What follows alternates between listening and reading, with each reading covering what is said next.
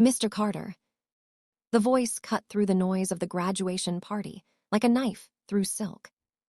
I turned slowly, still holding a paper cup filled with lemonade I hadn't wanted in the first place. The entire ballroom seemed to pause. My father stopped talking. My brother stopped laughing. Even the waiter carrying a tray of miniature desserts froze for half a second as an older man in a dark navy suit stepped through the entrance. He wasn't family. He wasn't one of my brother's friends. And judging by the way everyone immediately moved aside to let him pass, he was someone important. Very important. His eyes scanned the room. Then they landed on me. "Daniel Carter," he asked. I nodded. "I'm glad I found you." The room grew strangely quiet. My father looked confused. My brother looked irritated. My stepmother looked concerned. The man extended his hand. "I've been looking for you for nearly 20 minutes. I shook his hand. "I'm sorry," I said. "Do we know each other?" A faint smile crossed his face. "We do now." Then he said the sentence that changed the entire evening. "The dean would like to speak with you personally." The silence became absolute. My father's expression shifted first. Confusion. Then disbelief. Then something else. Fear. Because 10 minutes earlier, in front of more than 200 guests, he had publicly explained exactly why I would never become successful. And now, one of the most influential academic administrators in the state was standing in front of everyone asking for me by name. But this story does not start here. My name is Daniel Carter. I'm 34 years old. And for most of my life, I lived in the shadow of a brother everyone believed was destined for greatness. Welcome back to Revenge Cold Stories. Drop your first name and your city in the comments and subscribe before we go any further. People often assume favoritism happens because parents love one child more than another. Sometimes that's true. But in my family, it was more complicated than that. My father genuinely loved both of his sons. The problem was that he only understood one kind of success. And unfortunately for me, I wasn't built in the shape he recognized. My father, Richard Carter, was 63 years old when this story happened. He built Carter Industrial Supply from a warehouse, measuring barely 4,000 square feet, into a regional company, generating just over $38 million in annual revenue. Nobody handed him anything. He grew up poor, worked construction during summers, paid his own college tuition, lost his first business, started again, lost that one too, started a third time, succeeded. Everything he believed about life came from that experience. To him, achievement was visible. Money, status, titles, growth charts, awards, market share, things that could be measured, things that could be pointed at, things that could be displayed. My older brother Michael fit perfectly into that worldview. Michael was 30 years old. Tall, confident, charismatic. The kind of person who could walk into a room full of strangers and somehow leave with everyone's phone number. Teachers loved him. Coaches loved him. Managers loved him. Investors loved him. He had a natural ability to make people believe in him. And to be fair, he usually deserved it. Michael wasn't lazy. He wasn't arrogant. At least not intentionally. He worked hard, studied hard, set ambitious goals. The problem wasn't Michael. The problem was comparison. Because every family gathering eventually became a measuring contest. And I was always the ruler everyone used to measure Michael's success. Michael got accepted into 3 universities. Michael increased sales by 18%. Michael was promoted again. Michael is speaking at the conference. Michael is dating someone impressive. Michael is thinking about launching his own company. Every achievement became another reminder that I occupied second place. Not because I failed, because I succeeded differently. I was the quiet kid. The kid who preferred libraries to football games. The kid who spent weekends reading research papers while other teenagers attended parties. The kid who asked strange questions nobody else seemed interested in answering. When I was 12 years old, I spent an entire summer building a catalog system for my middle school's library. Not because anyone asked me, because I thought it could work better. I remember showing it to my father. He looked at the stack of handwritten notes, the color-coded sections, the organizational diagrams, the indexing system, and he smiled politely. Then he asked a question I would hear in different forms for the next 20 years. "That's nice, Danny, but what practical use is it?" At 12 years old, I didn't know how to answer. At 34, I finally did. But it took a long time to get there. The memory that stayed with me happened during Michael's 8th grade basketball banquet. I was 10. Michael had scored the winning basket in a championship game. Everyone was celebrating. Parents were taking photos. Coaches were giving speeches. People kept congratulating my father. At one point, someone asked where his other son was. I remember standing nearby, close enough to hear. My father laughed. "Daniel's different." Not cruelly, not maliciously, just casually, as though stating a fact. "Michael likes competition. Daniel likes books." Everyone laughed, including me, because I thought I was supposed to. But something about that moment stayed with me. Not because it hurt, because it defined me. From then on, I became the other son. Not the unsuccessful son. Not the disappointing son. Just the invisible one. Years passed. Patterns formed. Michael continued collecting accomplishments. I continued collecting expertise. By 22, I had completed undergraduate research that produced 2 published papers. By 26, I had earned my doctorate. By 30, I was leading interdisciplinary research projects involving 7 institutions. By 34, my work had contributed to grants totaling over $40 million. Most people never knew. Because academic success doesn't create dramatic headlines. Nobody throws parties for peer-reviewed publications. Nobody hangs framed grant proposals in living rooms. Nobody brags about citation indexes during Thanksgiving dinner. My father certainly didn't. To him, my accomplishments felt abstract, distant, difficult to understand. He respected education, but he worshipped business. And Michael was becoming a business success story. The graduation party that changed everything was supposed to celebrate Michael completing an executive leadership program. Technically, it wasn't even his first graduation. He already had degrees.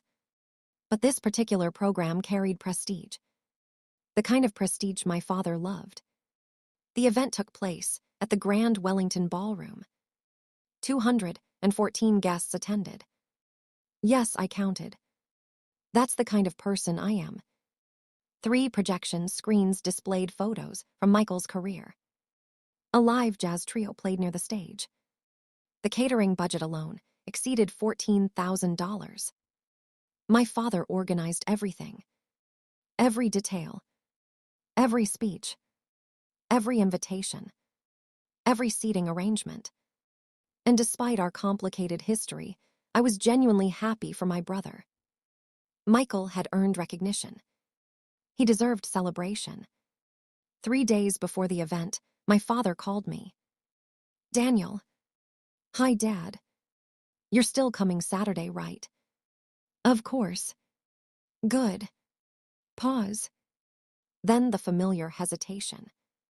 The hesitation that usually appeared whenever conversation moved toward my career. "How's work?" "Busy. Doing research stuff." "Research stuff." 14 years of advanced education, summarized into 2 words. I smiled anyway. Something like that. Good, good. Another pause. Then he changed subjects. As usual. I didn't realize then that the same pattern would soon collapse in front of everyone. And when it did, none of us would leave unchanged. The call ended after less than 3 minutes. That was another pattern in my relationship with my father. Our conversations rarely became arguments. Arguments require 2 people fighting over the same subject. We usually spoke around the subject. He would ask vague questions. I would provide vague answers. Both of us pretending the gap between us wasn't there. By the time Saturday arrived, I had convinced myself the graduation party would be pleasant. Predictable. A few speeches. A few awkward conversations. A few reminders that Michael and I occupied different worlds. Nothing more. I arrived 20 minutes early. Another habit. My father believed arriving early demonstrated professionalism. Ironically, that lesson was one of the few things both Michael and I learned equally well. The grand Wellington ballroom looked impressive even from the parking lot. Valets moved between luxury cars. Large floral arrangements framed the entrance. A digital display welcomed guests to Michael Carter's executive leadership graduation celebration. As I walked inside, I immediately understood how much effort my father had invested. This wasn't a party. It was a statement, a declaration, proof that his son had become the kind of man he admired. The ballroom ceiling rose nearly 30 feet overhead. Crystal chandeliers reflected warm light across polished floors. Round tables filled the room. Each table held custom centerpieces featuring photographs from different stages of Michael's life.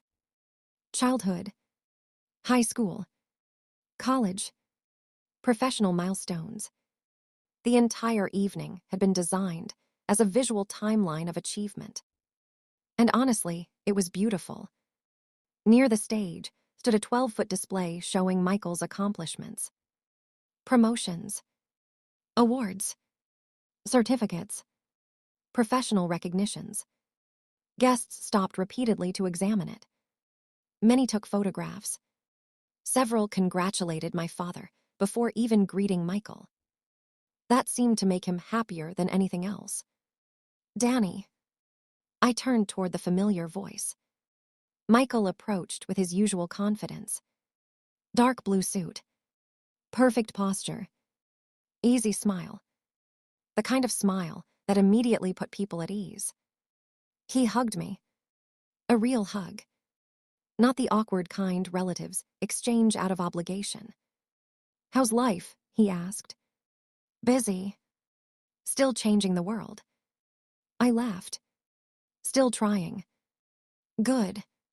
He looked around the room. You know, Dad's been planning this thing for 4 months. I can believe it. He has spreadsheets. That definitely sounds like Dad. Michael groaned. You haven't seen them. Multiple spreadsheets. 7. I laughed again. For a moment, everything felt normal. Comfortable. The strange thing about family dynamics is that they often exist alongside genuine affection. Michael and I were never enemies. We weren't even rivals. The competition mostly existed in other people's minds, especially our fathers. You okay? Michael asked suddenly. Sure. You have that face. What face? The one you get when you're observing people. I smiled. I didn't realize I had an observation face.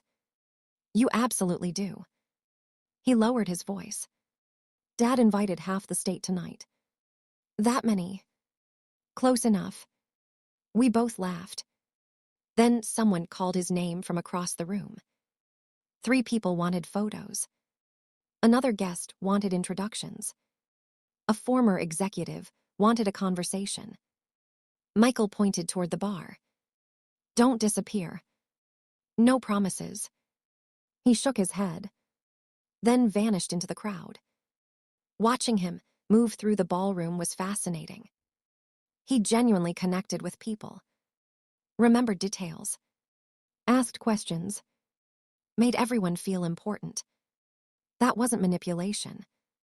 It was talent, one I never possessed. While Michael energized crowds, I preferred small conversations, research teams, conference discussions, long analytical debates. Different strengths, different worlds. Unfortunately, not everyone saw it that way. About 40 minutes later, my stepmother Karen arrived beside me. Karen was 58, thoughtful, organized, exceptionally good at reading social situations. Unlike my father, she understood emotional nuance. The problem was that she often avoided conflict so thoroughly that she accidentally reinforced it. "Daniel," she said warmly, "you look nice." "Thank you." She adjusted her bracelet. "You know your father has been nervous all week." "That seems unlikely." "Oh, trust me." "About what?" "Everything." I smiled. That sounded accurate. Karen studied me for a moment, then sighed. "I wish you two talked more." There it was. The sentence every family mediator eventually says. I talked to him. You know what I mean. Unfortunately, I did. Before I could answer, another guest approached Karen. She squeezed my arm gently, then disappeared, leaving me alone again, which was usually where I felt most comfortable. Over the next hour, guests continued arriving. Business owners, executives, community leaders, former classmates, extended family. The room grew louder, warmer, more crowded, and gradually, familiar family patterns began emerging. An uncle asked what I was doing these days. When I explained my work, his eyes glazed over halfway through the explanation. "Interesting," he said, then immediately changed the topic to Michael's future business plans. A cousin spent 10 minutes discussing Michael's leadership potential, then forgot to ask me a single question. An old family friend introduced me to someone as Richard's academic son. Academic son. Not Daniel. Not researcher. Not project director. Academic son. The label wasn't offensive, just revealing. I had become a category rather than a person. Again. The funny thing was that 10 years earlier it would have bothered me. By 34, I mostly found it interesting. Patterns reveal themselves when repeated enough times. And my family had been repeating this one for decades. Around 7 o'clock dinner began. Guests settled into assigned seats. Soft music played. Servers moved efficiently between tables. My seat placed me near the back. Not intentionally, I suspected. Simply because nobody thought much about where I belonged. Michael sat near the front beside my father. Corporate executives surrounded them. Community leaders occupied nearby tables. Important people sat close to important people. That was how these events worked. I didn't mind. In fact, I preferred it. The back offered a better view. And observers often learn more than participants. The speeches started shortly after dessert. First came a former mentor, then a business partner, then an executive from Michael's company. Each speaker praised his intelligence, his leadership, his discipline, his future potential. Most of it was deserved. Michael accepted the compliments gracefully. Never arrogant, never boastful, just appreciative. Then my father stood, and everything changed. The applause lasted nearly 30 seconds. Richard Carter enjoyed respect, the kind earned through decades of work. People listened when he spoke, including me, especially me. Because despite everything, part of me still wanted his approval. Probably always would. He stepped to the podium, adjusted the microphone, looked around the room, and smiled. "Thank you all for being here." The crowd quieted immediately. "I won't keep this long." Several people laughed. Everyone knew that wasn't true. My father loved speeches. He began talking about Michael's childhood, his determination, his competitiveness, his willingness to take risks. The audience responded warmly. Stories generated laughter. Memories created connection. Everything felt normal. Then he reached a familiar subject. Success. My father's favorite topic. People often ask me what separates successful people from everyone else. The room listened carefully. I always tell them the same thing. He paused. Potential means nothing without execution. Nods appeared around the ballroom. Executives appreciated that sentiment. So did entrepreneurs. So many talented people spend their lives preparing instead of doing. I felt something tighten slightly in my chest. Not because the statement was wrong. Because I had heard versions of it before. Usually directed at me. Success requires action. More applause. Risk. More nods. Leadership. More agreement. Then my father laughed. A casual laugh. The dangerous kind. The kind that often precedes accidental honesty. I know this lesson firsthand because I raised two very different sons. My stomach sank. Not dramatically. Just enough. Around the room, several relatives turned slightly. The way people do when they sense an interesting story approaching. My father continued smiling. Completely unaware. Or perhaps partially aware. Which might have been worse. Michael always wanted to build things. He pointed toward my brother. Businesses, teams, opportunities. Applause followed. Michael smiled awkwardly. Then my father said it. The sentence. The one everyone remembered. Daniel, on the other hand, spent half his life studying things. Scattered laughter. Not cruel. Just polite. Just enough. I remained still. My father kept talking. He's the smartest person in our family. More laughter. More smiles. But intelligence alone isn't enough. The room grew quieter. Success comes from applying knowledge. Something shifted. Not in the audience. In me. Because I suddenly realized where this was going. And I knew he didn't. That was the tragic part. My father wasn't trying to humiliate me. He genuinely believed he was sharing wisdom. Which somehow made it worse. He looked toward my table. Toward me. In front of more than 200 people. And said, "Daniel has accomplished some impressive academic things." A brief pause. Then, "But if we're being realistic, he'll never match what Michael has built." Silence. Not complete silence. The subtle kind. The silence that exists when people don't know whether they're supposed to react. My father continued before anyone could. "That's okay." He smiled. Not everyone is meant to. Several guests chuckled nervously. My brother stopped smiling. Karen looked horrified. And I sat perfectly still. Listening. Watching. Feeling the room shift around me. The strange thing was that I wasn't angry. At least not immediately. Because none of this was new. The only difference was the audience. For 20 years, similar ideas had existed beneath the surface. Tonight, they had simply become public. My father finished the speech.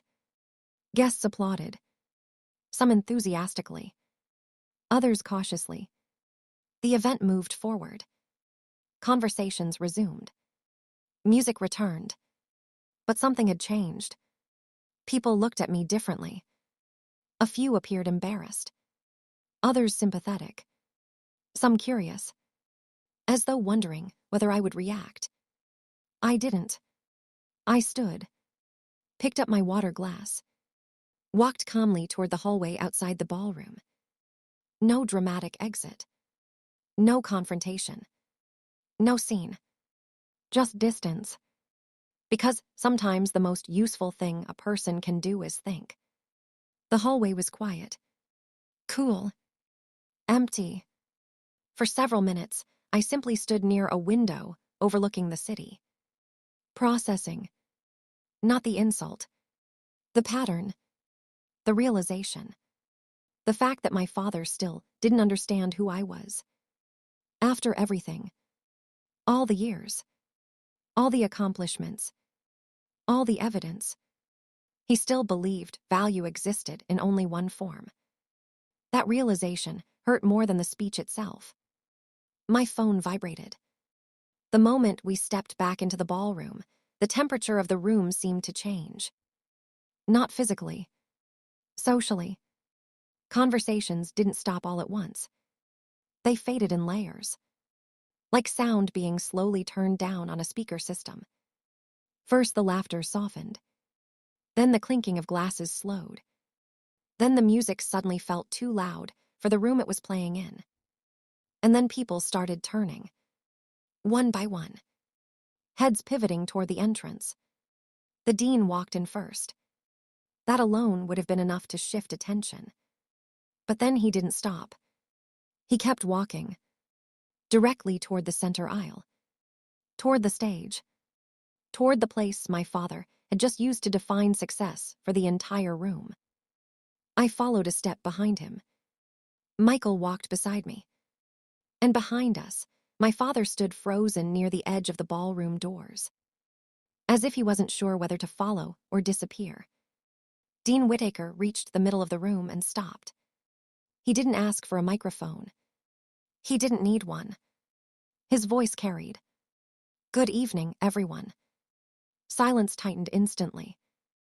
My father's expression changed. He knew that tone. That wasn't a guest.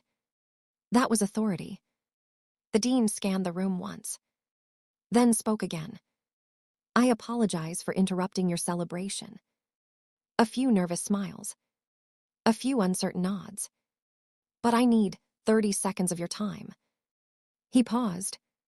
Then looked directly at me. Actually, I need one person's time. Every eye followed his gaze. And landed on me. The room shifted again. Confusion first. Then curiosity. Then something sharper. Recognition forming slowly where it didn't exist before. The dean continued.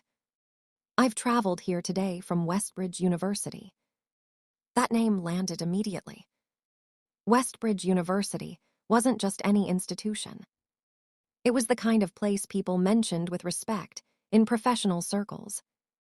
Even my father knew it. I saw his posture straighten slightly. I am here, the dean said calmly, to personally deliver an announcement that should have been made on campus this morning. A pause. Then, but circumstances required, I find the recipient directly. Now the room was fully silent. Even the servers had stopped moving. Even the background music felt irrelevant. My father took a slow step forward. Not because he understood. Because he was trying to understand. The dean turned slightly toward him. You must be Mr. Carter. Yes, my father said carefully. Richard Carter. Your son didn't tell you. Another pause. My father glanced at me. Then back. Tell me what? The dean nodded once. As of this morning, your son has been awarded the Harrington Innovation Award. The name hit the room like a dropped glass. I saw it ripple. People shifting in their seats. Whispers starting. Phones subtly being picked up. My father frowned slightly. I'm not familiar with that. A few guests weren't either. But several were. And their reactions changed immediately. Because recognition spreads faster than explanation. The dean continued. This award is presented annually to one individual whose research demonstrates measurable national impact in applied innovation. He looked around the room. And this year, that individual is here. He pointed at me. Dr. Daniel Carter. The room reacted. Not loudly. Not dramatically. But collectively. A wave of understanding, passing through 200 people at once. My father didn't move. Not at first. Then he blinked. Once. Slowly. Like his brain had missed a step and was trying to recover it. Doctor, he repeated quietly. Michael exhaled beside me. Not surprised. Just relieved. The dean nodded. Yes. My father looked at me now. Really looked. Not as a son in a family hierarchy, but as something else entirely. Something he hadn't prepared for. The dean continued. Dr. Carter's work in predictive systems architecture has already been implemented across multiple federal and private sector platforms. A few people in the room visibly reacted to that. Because those words meant scale. Real scale. His research contributed directly to efficiency improvements in infrastructure logistics systems and advanced modeling frameworks currently used in 3 national programs. Now even those who didn't understand the technical details understood the weight. My father's expression shifted again. Confusion trying to survive inside disbelief. The dean paused briefly, then added something softer. And before anyone assumes this is a recent achievement, he looked at me. It is not. A small silence. This work has been developing for over a decade. That line changed something subtle in the atmosphere. Because suddenly it wasn't about a moment. It was about time. Years. Effort. Persistence. Invisible accumulation. The dean turned slightly toward the room again. And I want to be very clear about something. His tone sharpened just slightly. This recognition was not given lightly. A pause. It was earned. The word landed heavily. Earned. Not gifted. Not assumed. Earned. I felt my father shift beside the entrance. For the first time since I had known him, he didn't have a prepared reaction. No comparison. No framing. No immediate category to place this into. The dean then smiled faintly. Dr. Carter was originally unreachable today. A few people laughed softly. He continued. So I came here. He gestured around. To ensure he was properly informed in person. Then he stepped aside slightly and said the sentence that changed the entire structure of the evening. Congratulations, doctor. The floor is yours. He turned toward me. Not as a formality, but as acknowledgement.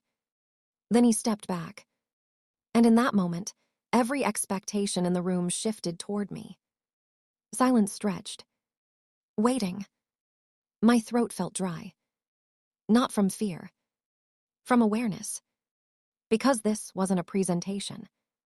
It wasn't a speech. It was truth entering a space that had already defined reality differently. I took one step forward. Then another. The microphone wasn't necessary. But I still spoke clearly. Thank you. A pause. I wasn't expecting this evening to unfold like this. A few soft chuckles. Not tense now. Curious. I glanced briefly toward my father. He didn't look away. For once. I want to keep this simple, I continued. Because anything more would feel artificial. I didn't build anything alone. A few heads tilted. That's the part people usually forget about research. I paused. It looks individual.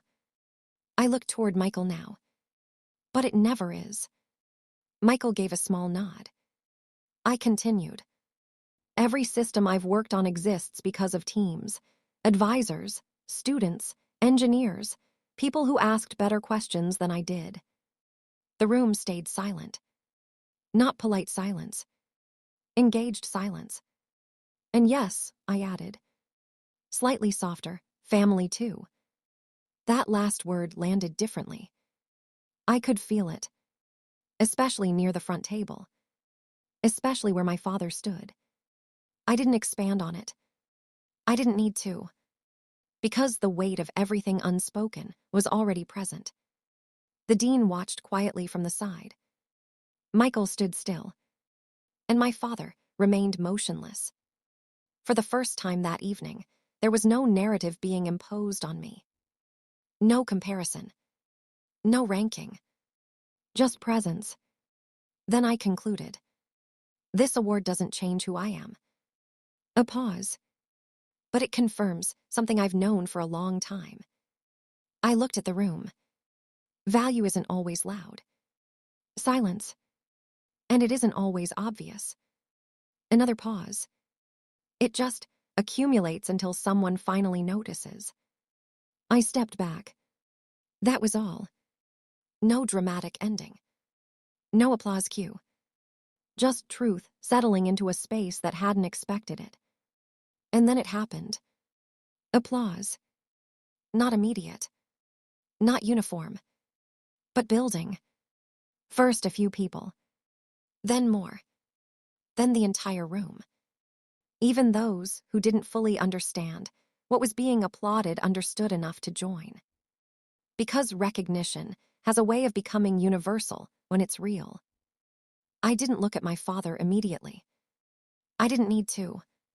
Because I could feel it. The shift. Not just in the room, but in him. And that was the moment everything began to change. The applause didn't stop suddenly. It faded, like a tide pulling back from the shore. First, the louder clapping slowed. Then scattered applause continued in pockets around the room. Then even those stopped, replaced by quiet murmurs that felt more like reflection than conversation. The ballroom had changed shape without moving an inch. People were still seated, still dressed the same, still holding the same glasses. But something fundamental had shifted in how they looked at the room. And at me. I stepped away from the center without rushing. No urgency. No performance. Just movement back toward the side where Michael stood. He didn't say anything at first. He just looked at me. Then he smiled faintly. "That was a lot," he said. "Yeah. You okay?" "I think so." He nodded once. That's usually the correct answer to events like this. I almost laughed. Almost. Then my eyes moved past him. To my father. He was still standing near the entrance. Not sitting. Not moving. Just standing in a place where people entered and exited, as if he wasn't sure which direction he belonged to anymore. Karen was beside him now, speaking quietly, her hand lightly touching his arm. But he wasn't responding much. Not visibly. That was the first shift. Not anger. Not denial. Stillness. Michael followed my gaze. "He's processing," he said.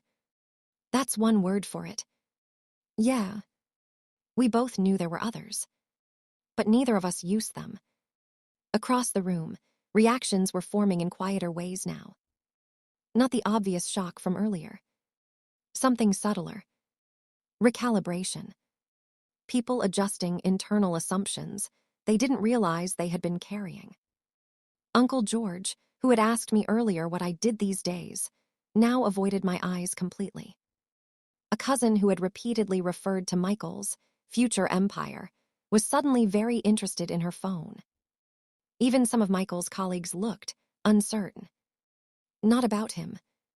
About the framework they had been operating in. Because the hierarchy they assumed had just been interrupted. Not destroyed. But questioned. Michael leaned slightly toward me.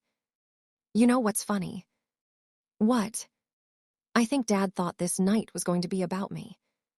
I looked at him. It was supposed to be. Yeah. He shrugged. No resentment in that. I know. Another pause. Then he added quietly. He just didn't realize there was another story running in parallel. That line stayed with me. Because it was accurate. Not just for tonight. For years. Two narratives existing in the same family. Never fully intersecting. Until now. Across the room, Dean Whittaker was speaking with several guests. Explaining something calmly.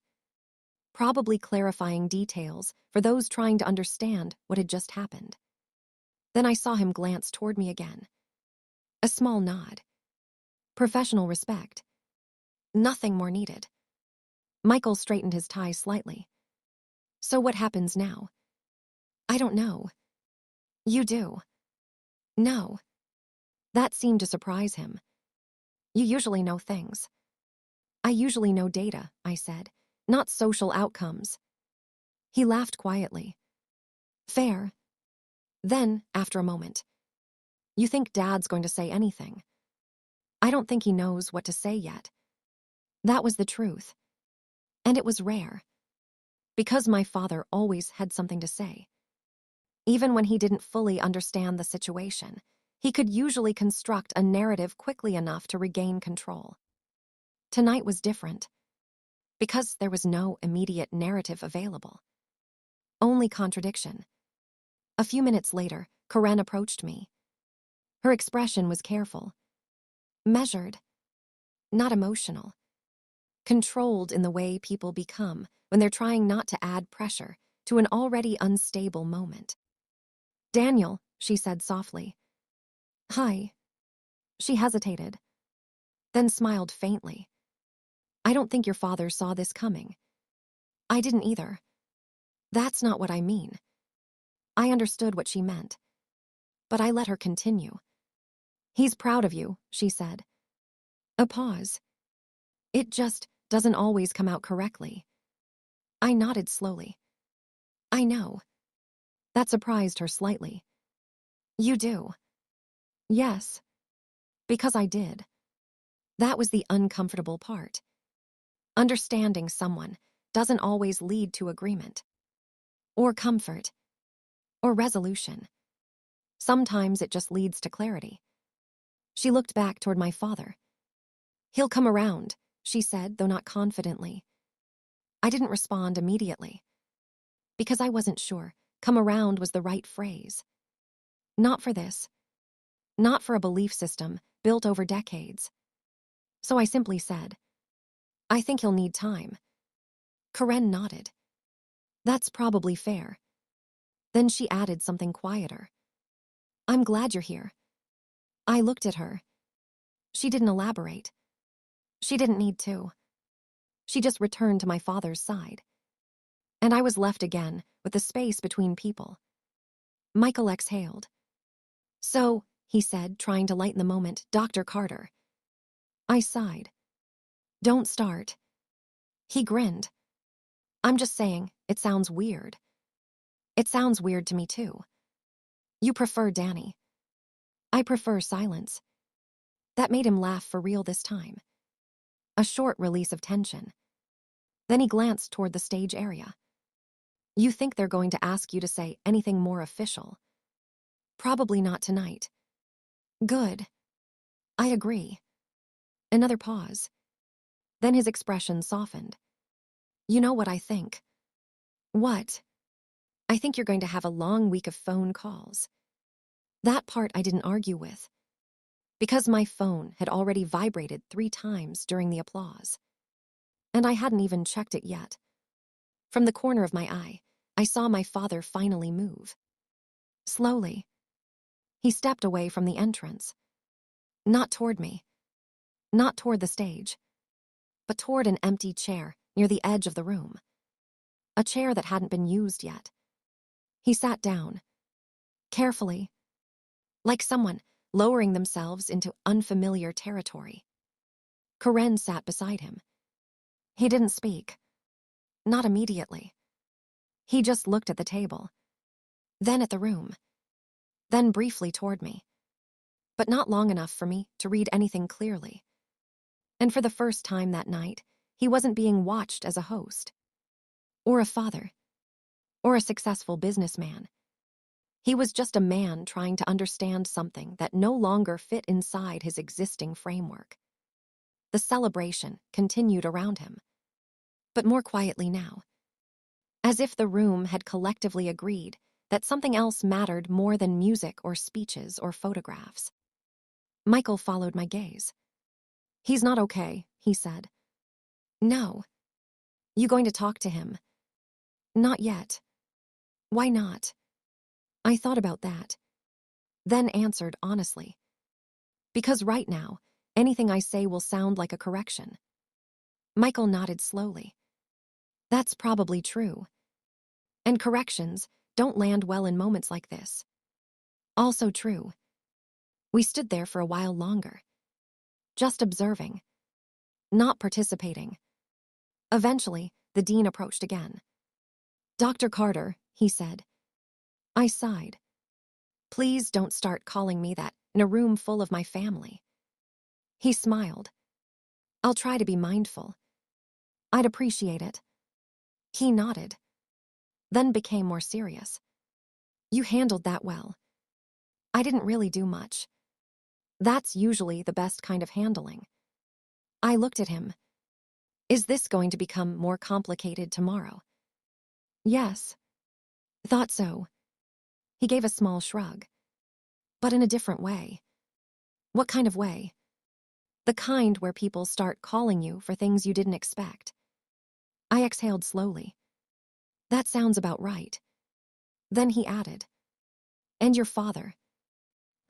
I glanced across the room. "I don't know yet."